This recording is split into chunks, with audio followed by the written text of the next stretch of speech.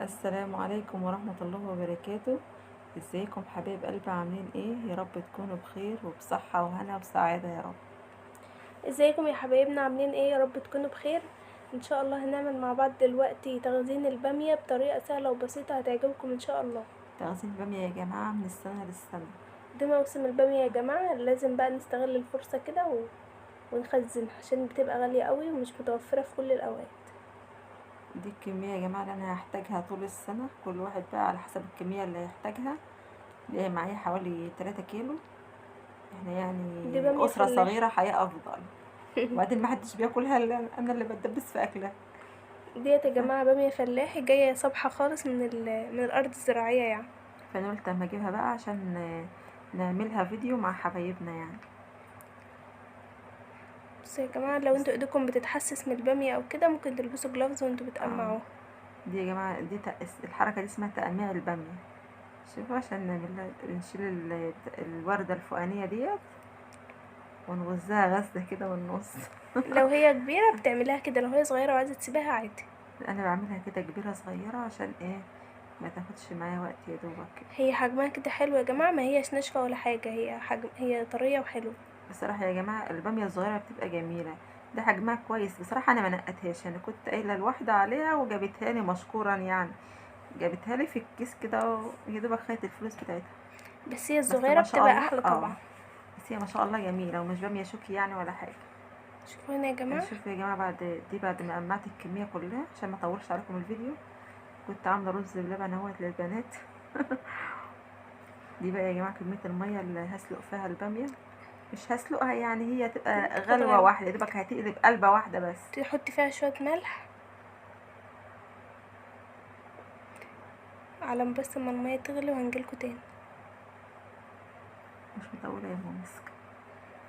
المية كده تغلي معايا. هنبدأ بقى ننزل بالبامية الكمية كلها ان شاء الله. بسم الله ما شاء بسم الله. الله.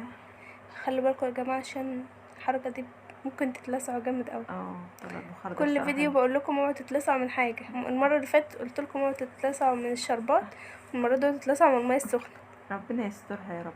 ربنا يعافينا ويعافي الجميع يا رب. يا رب. هنبدأ كده بقى ننزلها لتحت كده عشان كلها يوصل لها المية، عشان هي بتبقى طافية على بتبقى الوش كده. احنا هنسيبها بس دلوقتي، هنغطي عليها هي بس ونسيبها يا دوبك حاجة ايه؟ بسيطة تقلب تقلب قلبة قلبها بس. بس. اه، عشان برضه تفضل محتفظة باللون الأخضر الجميل بتاعها. ايوه، ودي ليمونه يا جماعه، انا هحط الليمونه بقشرها بكله، مش هعصرها ولا حاجه.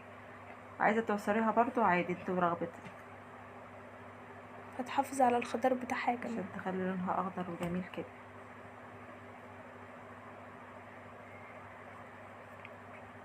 هنا بقى اهوت. شوفي يا شوفوا جماعه، هي يا دوبك غلت حاجة بتبقى بسيطة كده. قلبت قلبه واحده ايوه. عشان لونها ما يغمقش معايا. وبرضه بتنزل اي حاجة وحشة فيها، بتغسل بقى نفسها وكده، تغسليها وتنضفيها. مكان ايادي الناس وكده. اه نجيب بقى مصفى كده وهنبدأ نصفي عليها البامية بتاعتنا. ما اصفي شاء كده. الله حلوة ازاي. مرضيش اصفي الميه عشان ايدي ما تتلسعش. قلت اشيل كده واحده واحده. شوفوا يا جماعه لونها جميل ازاي، ما شاء الله. يا ريت يا جماعه وانتوا بتعملوا الباميه ما تسيبوهاش تغلي كتير عشان ما تطيبش مننا.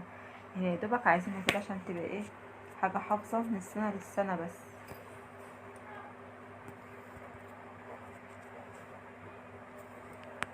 شوفي الليمونة لونها عامل.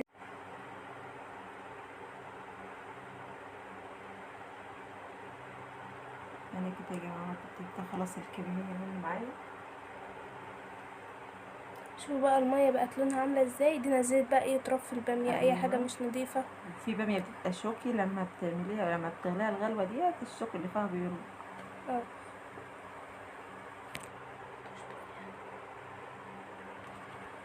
ايوه كده، ونسيبها بقى تبرد. هنبدأ بقى نخزنها مع بعض. تبقى نكيسها بقى. اه تبقى جاهزة، يا دوبك تحطها في الصلصة بتاعتها وتطبخيها على طول. ولو عايزة تديها غلوة برضو ممكن تاني. نديها غلوتة، نغسلها برضه بمية ساقعة. اهم هي ما المية دي تبقى ساقعة. عشان نوقف سواها يا جماعة، ما تستويش ما تتهريش. وينزل منها الحاجات ينزل منها المادة مية اللزجة، المادة اللزجة بتاعتها. ايوه. عايزة اقول لكم ان البامية ديت من الحاجات المفيدة قوي. المادة اللزجة ديت كولاجين طبيعي للبشرة وحلوة للعظام حلوة وكل جدا حاجة. جدا للمفاصل. اه للناس اللي مفيدة. بتشتكي من الخشونة والحاجات ديت، البامية جميلة، البامية والملوخية.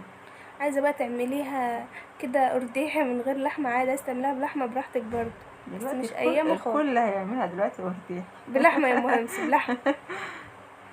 هبتدي بقى يا جماعة اخزنها اهوت وكيسها على حسب الكمية بقى اللي انت عايزاها. انا مش هكتر يعني، هحط في كل كيس حوالي طبق كده ولا حاجة. على قدها يعني. وانت بقى براحتك على حسب عدد أفراد أسرتك، تخزني بقى، تجيبي أكياس كده نضيفة من بتاع اللبن، ايوه دي كيس وتبدأي لبن. تخزنيها بقى كده، وتطلعي الهواء اللي فيها، وتربطها كويس. بس همسة ما شاء الله كانت متوصية بيها، رايحة جايبالي اكياس لبن من الكبيرة، قلت لها هاتي من الصغيرة، جابت لي من الكبيرة. هنبدأ بقى كده نعبيهم كلهم، وانت براحتك بقى على حسب الكمية. يا ريت بقى لو بتشوفينا لحد دلوقتي ما تنسوناش في اللايك والاشتراك في القناة وتعليق حلو كده يشجعنا. وتفعيل الجرس يا جماعة عشان يوصل لكم كل جديد. هنسيبكم بقى مع اخر حتة ديت كده، دي يا جماعة دي كملنا كيس اهوت اهيت. الكمية ما شاء الله، دلوقتي والله بقى حلوة قوي، هرقنها في الفريزر يا جماعة. وبتودي طعم البامية في حتة تانية والله. الحركة بتاع السلق دي ان شاء الله تعجبكم. يلا يا جماعة مع السلامة نستودعكم. يا حبيبي، نستودعكم الله الذي لا تضيع ودائعه. مع السلامة.